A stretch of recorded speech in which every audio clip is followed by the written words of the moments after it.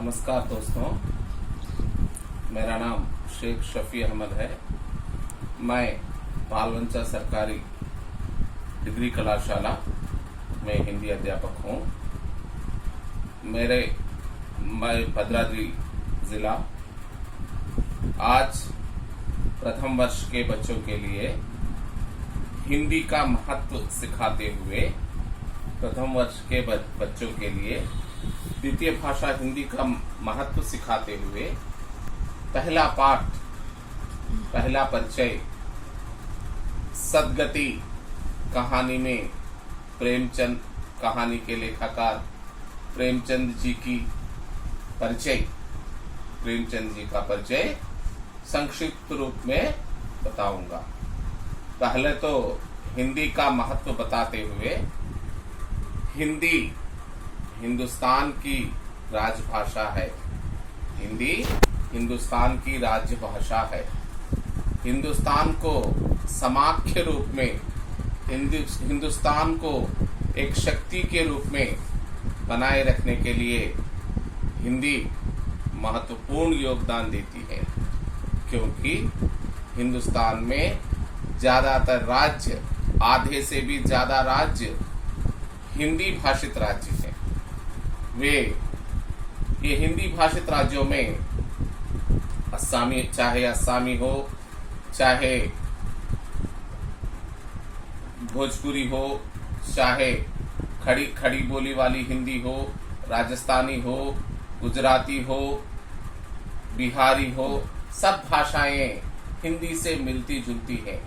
इसीलिए छात्र द्वितीय भाषा हिंदी लेने में आपको अपनी डिग्री पूरा करने के लिए द्वितीय भाषा हिंदी लेने से आपको बहुत लाभ होगा, क्योंकि आप डिग्री तो पढ़ रहे, लेकिन डिग्री के साथ द्वितीय भाषा हिंदी सीखने से आप उत्तर भारत में किसी भी राज्य में जी सकते और जातीय रूप, नेशनल एलिजिबिलिटी टेस्ट, IIT वगैरह के जातीय रूपी परीक्षाएं देने के लिए भी हिंदी की जरूरत होती है, क्योंकि नेशनल लेवल के एग्जामों में हिंदी, अंग्रेजी दो ही भाषाएं होते हैं।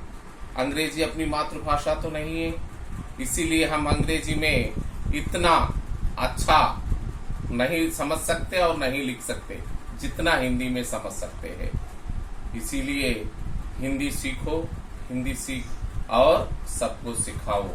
हिंदुस्तान को एकत्र रखने के लिए अन्य भाषाएं रहते हुए भी, विविध भाषाएं रहते हुए भी विभिन्नता में एकता को बचाए रखने के लिए सब छात्र हिंदी को लीजिए, क्योंकि हिंदी और अपनी मातृभाषा तेलुगु दो भी संस्कृत भाषा के पुत्री हैं। दो भाषाएं भी संस्कृत भाषा के पुत्री हैं। ज्यादातर दोनों भाषाएं का लिपि एक है, दोनों भाषाएं के अक्षर एक है, थोड़ा बहुत फर्क होता है, लेकिन हम जैसे तेलुगु समझ सकते हैं, जैसे तेलुगु की अक्षरमाला होता है, वैसे ही हिंदी की वर्णमाला होती है। इसीलिए मैं आप लोगों को इंटरमीडिएट में जो भी छात्र अपनी द्वितीय भाषा चाहे हिंदी ले, चाहे उर्दू ले, चाहे अरबी ले, चाहे तेलुगु ले, लेकिन अपनी डिग्री में 2 साल की पढ़ाई के लिए द्वितीय भाषा हिंदी की बहुत जरूरी है। मैं आप लोगों को वर्णमाला से सिखाऊंगा। वर्णमाला से सिखाते हुए वर्णमाला शब्द और वाक्य सब सिखाऊंगा। इस तरह सीखने से हम अपनी मातृभाषा को तो जानते हैं, अपनी मातृभाषा की पढ़ाई अपन 10th क्लास तक और इंटर तक भी पढ़ चुके हैं, लेकिन एक अन्य भाषा, अपनी जातीय भाषा, अपनी राजभाषा हिंदी सीखने से अपने को बहुत लाभ पहुंचेगा। इस तरह से आज एक छोटी कहानी और कवि प्रेमचंद का परिचय आप लोगों को समझाऊंगा।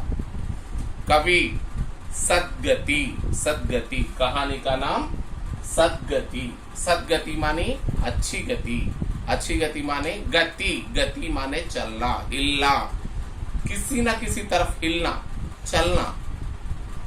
इसीलिए सद्गति, अच्छी गति, सब समाज को जो अच्छापन मिलता है वही गति को सद्गति कहते हैं, वही चाल चलन को सद्गति कहते हैं। जिससे समाज को नष्ट न हो, जिस गति से, जिस चलन से समाज को नष्ट न हो, उसको सद्गति कहते हैं। इस पाठ के रचयिता प्रेमचंद जी हैं। इनको कहानी सम्राट भी कहते हैं।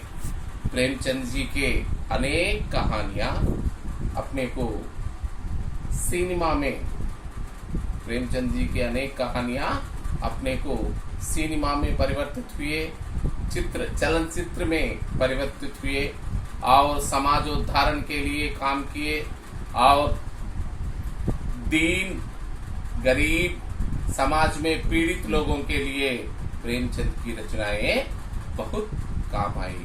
ऐसी ही एक कहानी आज की अपनी सद्गति है। इसमें पहले आज तो प्रेमचंद जी का परिचय देख लेंगे। प्रेमचंद जी का जन्म सन 1880 में बनारस के निकट लम्ही नामक गांव में हुआ था। प्रेमचंद जी का जन्म सन 1880 में लम्ही नामक गांव में, बनारस के निकट 1880 मानी తెలుగు में 1880। ప్రేమచంద్ గారి జన్మము 1880లో बनारस के निकट, बनारस के आसपास, बनारस के करीब, बनारस की దగ్గరలో लम्ही नामक गांव में, लम्ही अने ఊరిలో हुआ था, జరిగినది। पहले इनका नाम धनपत राय था। ప్రేమచంద్ గారి మొట్టమొదటి పేరు ధనపతి రాయ్। ప్రేమచంద్ గారి మొట్టమొదటి పేరు, తన బాల్యంలో తన తల్లిదండ్రులు పెట్టిన పేరు धनपति राय। प्रेमचंद इनका साहित्यिक नाम है और हिंदी में वे इसी नाम से प्रसिद्ध हुए।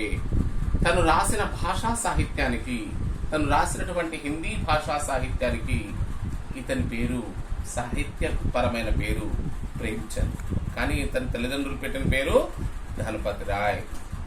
ఇతను హిందీ భాషలో, హిందీ సాహిత్యంలో प्रेमचंद అని మాత్రమే प्रसिद्धि చెందాడు। प्रेमचंद ने 1 दर्जन उपन्यासों और 250 से अधिक कहानियां लिखी हैं। प्रेमचंद గారు దాదాపు ఒక దర్జన్ ఉపన్యాసములు మరియు 250 అంటే 250, डेढ़ అంటే 150, 250 అంటే 250 से भी अधिक, 250 కంటే అధికముగా కహానియా లిఖీ है, కథలు రాశాడు। గోదాన్, గబన్, ప్రేమాశ్రయ, सेवा सदन, कायाकल्प आदि इनके प्रसिद्ध उपन्यास है। ప్రేమచంద్ గారు రాసినటువంటి ప్రసిద్ధమైన ఉపన్యాసములలో గోదాన్, గబన్, ప్రేమాశ్రయ, సేవా సదన్, కాయాకల్ప్ ఆది మొదలగునవి ప్రసిద్ధమైన ఉపన్యాసములు। మళ్ళీ ఒకసారి ప్రేమచంద్ గారు రాసినటువంటి ప్రసిద్ధమైన ఉపన్యాసములు ఏంటంటే గోదాన్,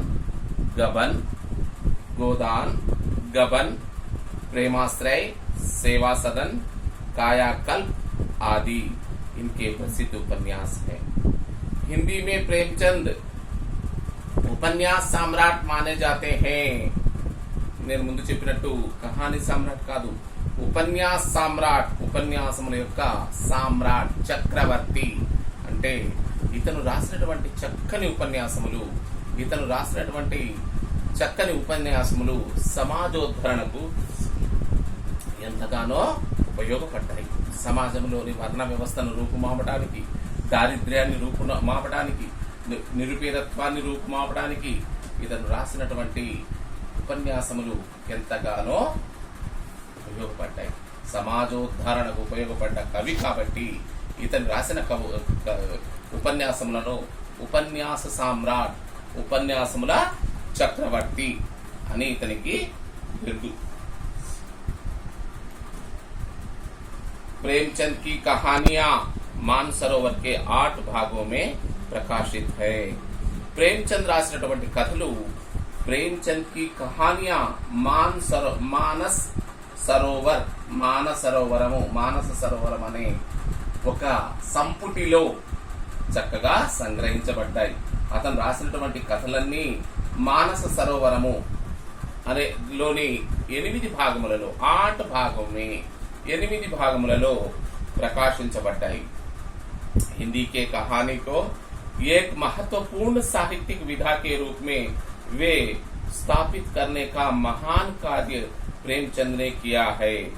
हिंदी कथల్లో, హిందీ की कहानी में, హిందీ కథలలో ఒక మహత్వపూర్ణమైన సాహిత్యం, భాషా సాహిత్యం, హిందీ భాషా సాహిత్యం, సరళమైన భాషా సాహిత్యం, ప్రజలకు అర్థమయ్యే భాషా సాహిత్యాన్ని చక్కని రూపంలో ఇతని కథలు రచించాడు. ఇతని శైలి ఒక సరళమైన శైలి. वस्तु और शिल्प दोनों भी दृष्टि से इनकी कहानियां खरी उतरती हैं. ఇతని కథలు చక్కగా చిత్రించబడ్డాయి. ఒక శిల్పి నల్లరాతి బండను తన ఊహలకు అనుగుణంగా ఏ విధంగానైతే చిత్రీకరిస్తాడో ఉలి తీసుకుని, తన కలము ద్వారా ఉపన్యాసములను కూడా అంత చక్కగా చిత్రీకరించాడు, అంత చక్కగా చెక్కాడు ప్రేమ్చంద్. नारी की उपेक्षित स्थिति आदि का चित्रण करते हुए प्रेमचंद ने मानवीय संवेदना की महत्ता उद्घाटन किया है. భారతదేశంలో స్త్రీ యొక్క స్థానం, భారతదేశంలో స్త్రీ వంటింటి కుందేలు కాదు, స్త్రీ పడే కష్టాలను చక్కగా తన రచనల ద్వారా తెలియజేశాడు ప్రేమ్చంద్.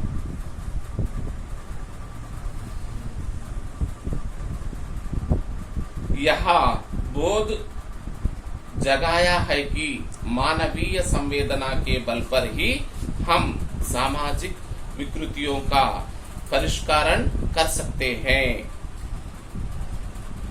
మొత్తం ప్రేమ్చంద్ కథల్లోని సారాంశాన్ని మొత్తం ఒక చోటికి సంగ్రహిస్తే దాంట్లో మనకు అర్థమయ్యేది ఏమిటంటే, మనిషిగా పుట్టాం కావున మానవత్వంతో, మానవీయ కోణ్సే హి, మానవత్వంతో మాత్రమే ప్రతి సమస్యను పరిష్కరించగలమని, మానవత్వంతో మాత్రమే సమాజంలో సుఖశాంతులతో జీవించగలమని, సమాజంలోని మనుషులందరూ సమానమేనని, మనుషుల మధ్య కులం, మతం, వర్ణం, వర్గం, లింగ భేదములు ఉండకూడదని, వీటిలో ఎవరైతే శోషించబడుతున్నారో, ఎవరైతే పీడించబడుతున్నారో వాళ్ళ కష్టాలను తన కళాన్నే ఖడ్గంగా తయారు చేసి రచనలు చేశాడు, ఉపన్యాసాలు రాశాడు, కథలు రాశాడు ప్రేమ్చంద్. वह बोध जगाया गया कि मानवीय संवेदना के बल पर ही हम सामाजिक विकृतियों का परिष्करण कर सकते हैं. यह प्रेमचंद की रचना की दृष्टि रही है, जो हिंदी कहानी की भी रचना दृष्टि बन गई. ఏ కోణంలోనైతే ప్రేమ్చంద్ ఆలోచించాడో, ఏ కోణంలోనైతే ఆలోచించి ప్రేమ్చంద్ అర్థం చేశాడో, వహీ కోణ్ సే హీ హిందీ భాషా की कहानियां भी लिखी गई है. इसीलिए प्रेमचंद को हिंदी कहानी का मार्गदर्शक भी कहा जाता है. व्यवहारिक भाषा, सरल शैली और संवेदना तथा सद्भावना जैसे महान जीवन मूल्यों का उद्घाटन प्रेमचंद की कहानियों के विशेषता है। भाषा सरलమైన భాష, जनसामान की जनसंचार की भाषा, बोलचाल की भाषा, शैली सब लोग समझने वाली शैली, इस तरह से प्रेमचंद की रचना की दृष्टि में देखे गए तो दृष्टिकोण में देखा गया तो भाषा सरल शैली और संवेदना तरह सद्भावना जैसे महान जीवन मूल्यों का उद्घाटन प्रेमचंद की कहानियों की विशेषताएं हैं। इसीलिए सन 1910 में 10 से सन 1936 तक का समय हिंदी कहानी के इतिहास में प्रेमचंद का युग माना जाता है।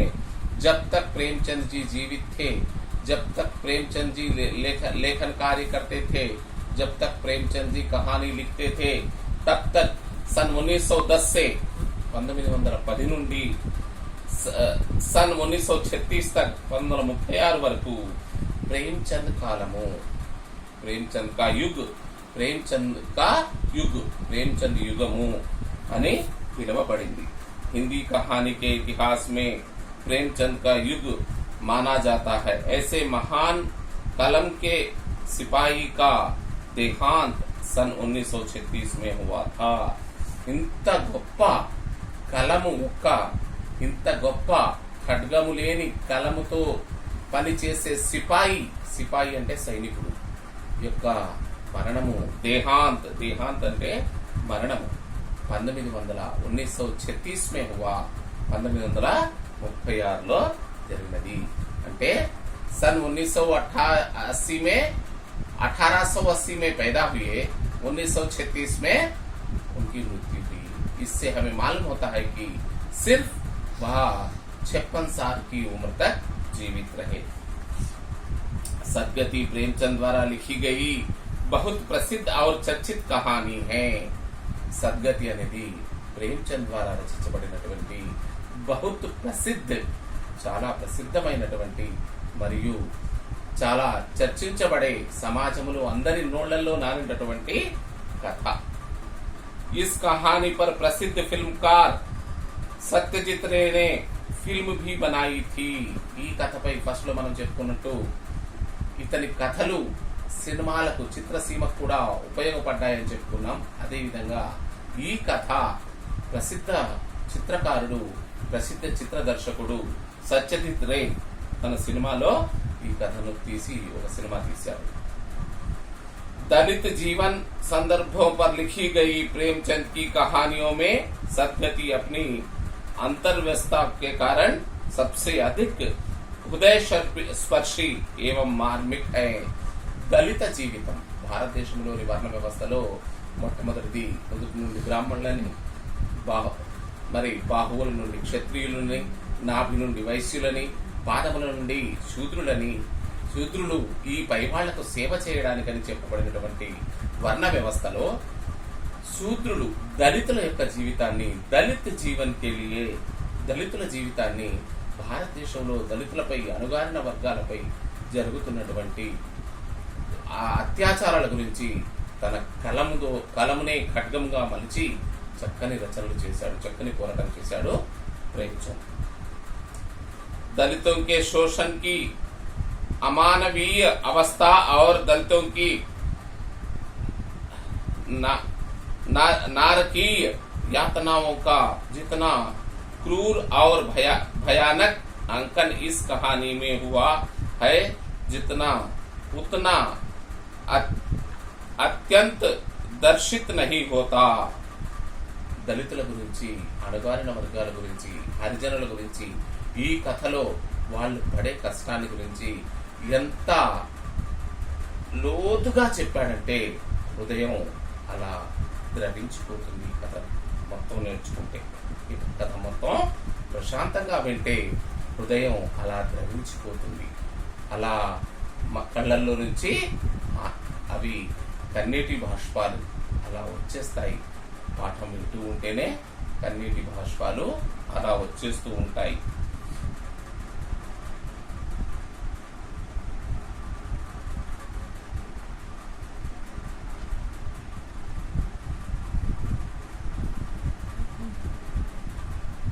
पंडित घसीराम के चरित्र के माध्यम से मनुष्य की पाशविकता सारे और पाखंड के साथ इसमें उद्घाटित हुआ। घसीराम ఒక బ్రాహ్మణ పండితుడు घसीराम యొక్క జీవితం గురించి, అతను ఒక ఉన్నత వర్గం ఒక అణగారిన వర్గాన్ని ఏ విధంగా అణగదొక్కింది, ఏ విధంగా తన అవసరాలకు వాడుకున్నది అనే దాని గురించి ఈ పాఠంలో కవి ప్రేమచంద్ గారు చాలా చక్కగా చెప్పారు। इसीलिए इस पाठ के साथ साथ कहीं भी लाइब्रेरी में आप लोगों को प्रेमचंद की कहानियां अगर मिले तो छोड़ना नहीं।